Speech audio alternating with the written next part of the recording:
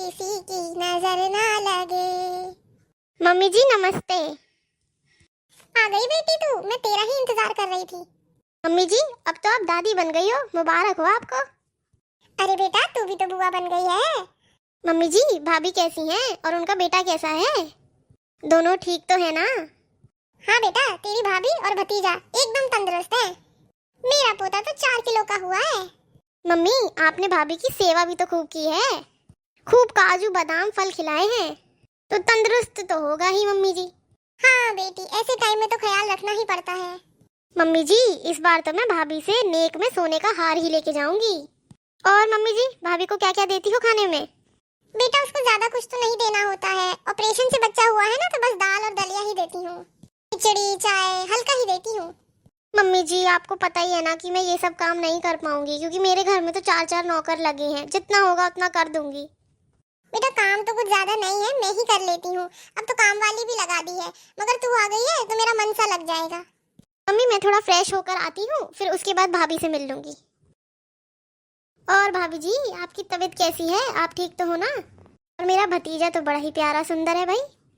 अरे ले ले ले ले मेरा बाबू। अरे भाभी बच्चे में से कैसी स्मेल आ रही है, क्या आप इसको नहलाती नहीं हो? हाँ दीदी, मम्मी जी ने 3 दिन पहले ही नहलाया था। और मुझसे तो दीदी ठीक से बैठा भी नहीं जाता, क्योंकि मेरे टाके आए हुए ना, तो मुझसे ठीक से बैठने में भी बहुत दर्द होता है। वो दीदी क्या है ना, ऑपरेशन से बच्चा हुआ है ना, तो इसलिए मुझे थोड़ी ज्यादा तकलीफ हो रही है। स्टिच है ना, तो इसलिए मैं बैठती उठती हूँ तो वो खिंचते हैं। अरे भाभी आपके ही थोड़ी अनोखे बच्चे हुए हैं, मेरे भी 2 जापे हुए हैं, मगर मैंने ऐसे कभी नहीं किया। दीदी मैं कोई बहाना नहीं बना रही हूँ, आपकी नॉर्मल डिलीवरी हुई थी और मेरे ऑपरेशन से हुआ है। तो क्या हुआ, आराम तो आपको पूरा ही मिल रहा है ना? दीदी मैं आपसे ये कह रही थी कि मुझे भूख लग रही है और मेरी दवाई खाने का भी टाइम हो गया है। मैं समय से दवाई ले लूंगी तो क्या आप मुझे कुछ खाने के लिए ला दोगे? अरे भाभी आपको तो बिस्तर पे बैठे बैठे भूख ही लगती रहती है, बस कभी ये बना दो कभी वो बना दो, मुझसे इतना काम नहीं होता है। ज्यादा भूख लग रही है ना तो खुद जाके बना लो। दीदी ऐसे में तो आपकी और मम्मी जी की ही मुझे बहुत जरूरत थी, इसलिए मैं कह रही हूँ। अगर मैं ठीक होती तो मैं आपसे बिल्कुल भी नहीं कहती, ना ही मम्मी जी से कहती। जब से मैं इस घर में ब्याह करके आई हूँ तब से मैंने सबकी खूब मन लगाकर सेवा की है, मैंने उफ तक नहीं की है। आज मेरा समय आया है तो सब ऐसे बातें बना रही हो। भाभी आपको हम माँ बेटी कितना ही करके दे दें, आप तो फिर भी बहुत कमी निकालती हो। दीदी मैंने आपसे सिर्फ कुछ खाने के लिए मांगा था, क्योंकि बच्चा दूध पीता है। अगर मेरी ऐसी हालत ना होती तो मैं किसी से कुछ नहीं करवाती, मुझे दवाई खानी थी, इसलिए आपसे खाने के लिए मांगा था। अगर आपसे नहीं हो रहा है तो मम्मी जी से कह दो, वो मुझे कुछ खाने के लिए दे देंगी।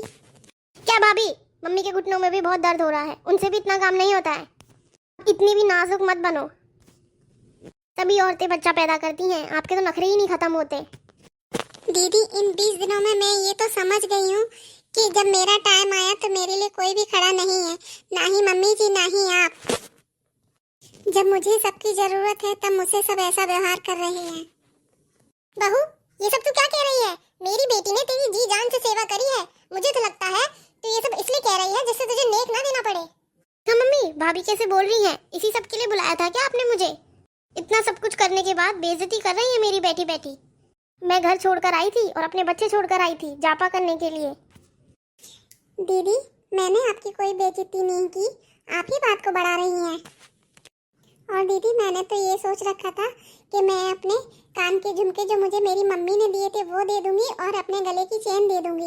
ये सब मैंने पहले ही सोच के रखा था, आपको कहने की मम्मी जी से जरूरत भी नहीं थी, लेकिन आपने मेरे साथ इतना व्यवहार गलत किया है, मेरा मन दुखी हो गया। दीदी आपने तो मेरे बच्चे के एक बार भी कपड़े भी नहीं बदले, ना ही उसे नहलाया। दीदी अगर आप जैसी नन्हे हो तो कोई भी भाभी अपने घर नहीं बुलाना चाहिए। भगवान हर किसी की जिंदगी में ये सौभाग्य प्रदान नहीं करता माँ बनने का। भर गया तेरा मन, कर दी तूने मेरी बेटी को दुखी। दोस्तों क्या आपके साथ भी कभी ऐसा हुआ है? अगर हुआ है तो मुझे कमेंट में ज़रूर बताना, और प्लीज़ मेरी इस दुख भरी कहानी को आप लाइक शेयर सब्सक्राइब ज़रूर करें तो मैं खुश हो जाऊंगी।